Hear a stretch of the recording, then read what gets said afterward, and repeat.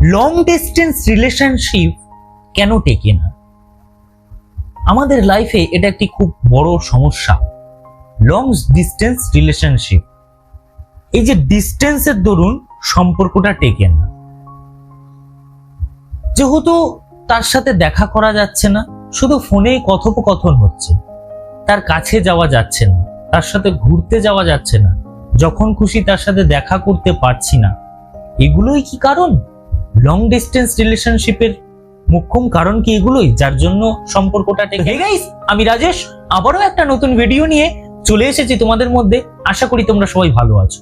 তো আজকের ভিডিও, দূরত্ব সম্পর্ক কেন টেকে না? লং ডিস্টেন্স রিলেশনশিপ কি? শুধু কি যোগাযোগের ঘাটতি, নাকি নিয়মিত কথা না হওয়া? এই ডিস্টেন্স রিলেশনশিপের মধ্যে মেসেজের উত্তর দেরিতে পাওয়া নিয়ে সন্দেহ করা, এটি একটি খুব বাজে টাইপের ব্যাপার। আমরা কোনো সময় এটা মনে করি না সেই মানুষটা হয়তো কাজ করছে, তার নিজস্ব কাজ থাকতে পারে, সে বাড়িতে কোনো কাজ করছে বা সে তার নিজস্ব কোনো কাজ করছে। আমি যখনই তাকে কল করছি বা মেসেজ করছি মানেই যে সে ফ্রি আছে, এই ভাবনা চিন্তাটা ভুল নয় কি?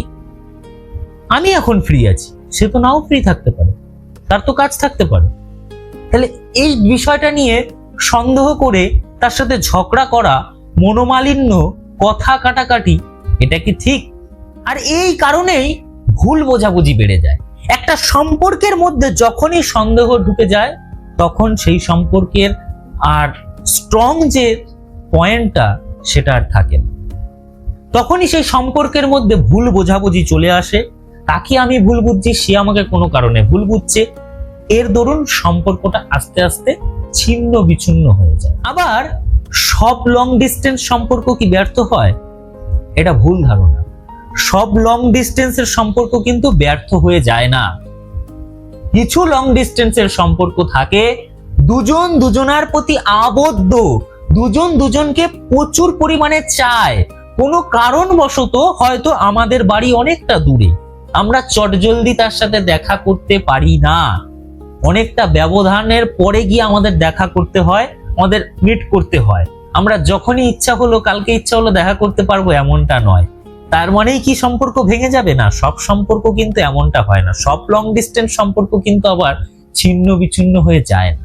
একটা সম্পর্কের মধ্যে বিশ্বাস, ধৈর্য, সম্মান যদি থাকে, তাহলে সেই সম্পর্কতে সফল হওয়া সম্ভব, সেই সম্পর্ক টিকে যাওয়া সম্ভব, সেই সম্পর্ক ভেঙে যাওয়া অসম্ভব ব্যাপার। যদি বিশ্বাস থাকে সেই সম্পর্কের মধ্যে, যদি ধৈর্য থাকে এবং সর্বসম্মত সম্মান থাকতে হবে সেই সম্পর্কের মধ্যে, একে অপরকে সম্মান দিতে হবে। একটা লং ডিস্টেন্স সম্পর্কের মধ্যে কথা বলা আর মনের সংযোগ, এই দুটো কিন্তু এক জিনিস নয়। মনের সংযোগ হচ্ছে আত্মার টান। কথা হয়তো তার সাথে ঝগড়াও হতে পারে, মনোমালিন্যও হতে পারে, কিন্তু তার কাছে আমার মনটা রয়েছে, তার কাছে আমার আত্মার টান রয়েছে।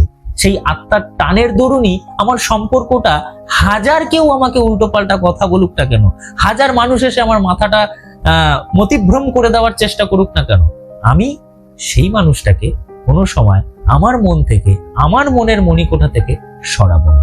প্রতিদিন তার সাথে কথা হচ্ছে, কিন্তু যেহেতু লং ডিস্টেন্স, সেই জন্য এই সম্পর্কের মধ্যে একটা গভীর ভাগাভাগি হয় না। একটা গভীর যে টান, সেই টানটা শেয়ার করা যায় না, যেহেতু লং ডিস্টেন্স রিলেশনশিপ। তার জন্য কি সম্পর্কটা ভেঙে যাবে? এই যে ধারণাগুলো, এই ধারণাগুলো আমাদেরকে বদলাতে হবে। তার সাথে আমার আত্মার টান আছে, গভীর ভাগাভাগি এখন হয়নি, তার সাথে যদি আমি সারা জীবন কাটাতে চাই, তাহলে তো আমি তাকে পাবো।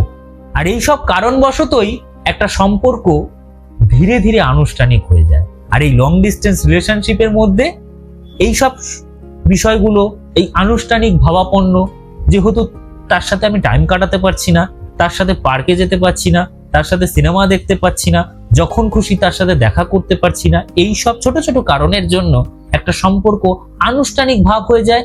দৈনন্দিন তার সাথে ফোনে কথা বলা, এই টাইমে সে ফোন করবে, তার সাথে এই কথা বলবো, ওই কথা বলবো, এটা একটা কেমন একঘেয়েমি টাইপের হয়ে যায় বলে এই লং ডিস্টেন্স রিলেশনশিপ গুলো নষ্ট হতে বসেছে। দূরত্ব কখনো সম্পর্ক ভাঙে না, ভাঙে বিশ্বাস, ভবিষ্যৎ নিয়ে অনিশ্চয়তা।